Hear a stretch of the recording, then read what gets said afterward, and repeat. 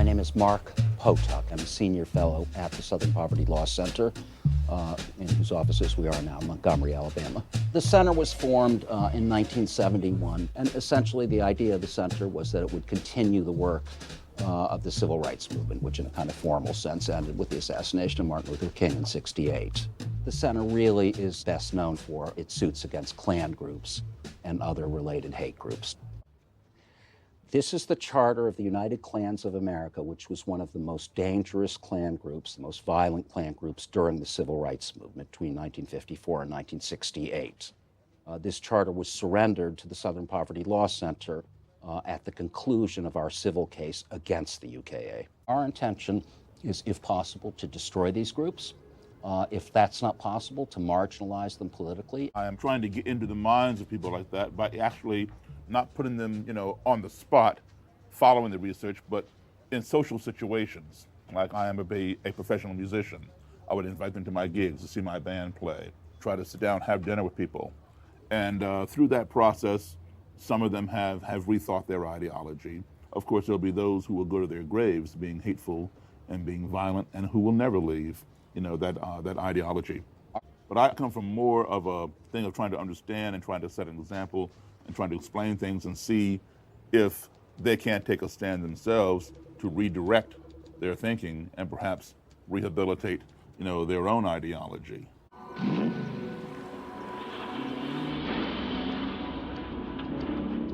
Frank Ancona is the president and imperial wizard of the true invisible empire traditionalist American Knights of the KKK. The Klan being a Christian organization, our belief is that for America to survive, it needs to be under white Christian rule.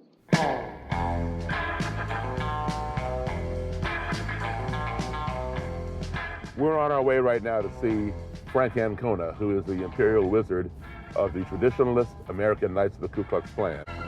Hey, Frank, how you doing, man? Good to see you. How are you? All right, great. Have a seat. All right. I've known Frank for a little over 3 years now. I consider Frank to be my friend. I consider Daryl to be my friend as well. We met through someone was wanting to do an interview, so I think we talked for a few months even before the interview. Yeah, we did. Had a lot of good conversations with each other. Felt like, hey, this is somebody I can relate to. I joined because of the heritage, the history. I like the fraternal brotherhood aspect of it, the mysteriousness of the Klan. We're called the Traditionalist American Knights because we are an American organization. We believe in traditional American values. You made a statement to me, the crow and the eagle don't fly together, but yet they're both birds. How far does the TAK go? Where is the separation? We can go to school together, we can work jobs together, we can play together in the park. As far as reproducing, we believe. Miscegenation. Right, we don't believe in the mixing of the races. Now explain why some Klan groups will accept neo-Nazis into their group and some Klan groups, reject neo-Nazis. Really, we don't believe in the same thing. I mean, the Nazis basically want a white homeland. That's not the mission of the Klan. Nazism, socialism, that's anti-American. We're supposed to support the U.S. Constitution. We believe in the free exercise of our rights. Daryl had been interviewed by different media personalities. He actually came to the defense of the Traditionalist American Knights on a couple things. So I wanted to present this certificate of friendship to Daryl.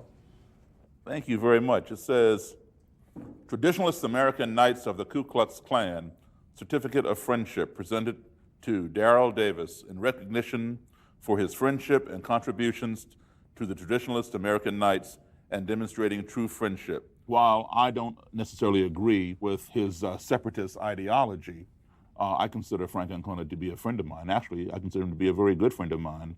I've been into his home. I've met his wife and daughter, and we've had great conversations for several years now. Whatever the man may say at the dinner table, however nicely he treats his kids and his dog, the fact is he is pouring hatred out there into the public square, which goes way beyond Frank Ancona. I don't know if my point's pointing. Don't want to be limp. We've helped a lot of people out of groups, but we don't go in and have coffee with the Klan leader at all. I mean, my experience has been that by and large, people come out of these groups when they're ready to. You're working on a retail strategy. We're working on a wholesale strategy. We can't wait around. Yeah, I mean, understand maybe that. Frank Ancona will find redemption, and good for him. I'm not motivated by personal hatred of Frank Ancona. There's a larger poison at work here than just the question of, is Frank Ancona personally a bad man? I think one day Frank Ancona will leave the Klan. And I think one day I'm going to be hanging this robe up in my museum. Frank, how do you feel about that? Would you like to see Daryl's blue shirt hanging in your museum? Actually, I wouldn't mind giving him one of our traditionalist American Knights t-shirts.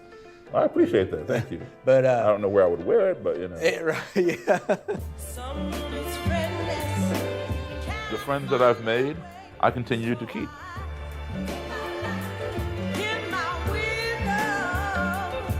I never set out to convert anybody. I just set out to get that answer to my question. How can you hate me when you don't even know me?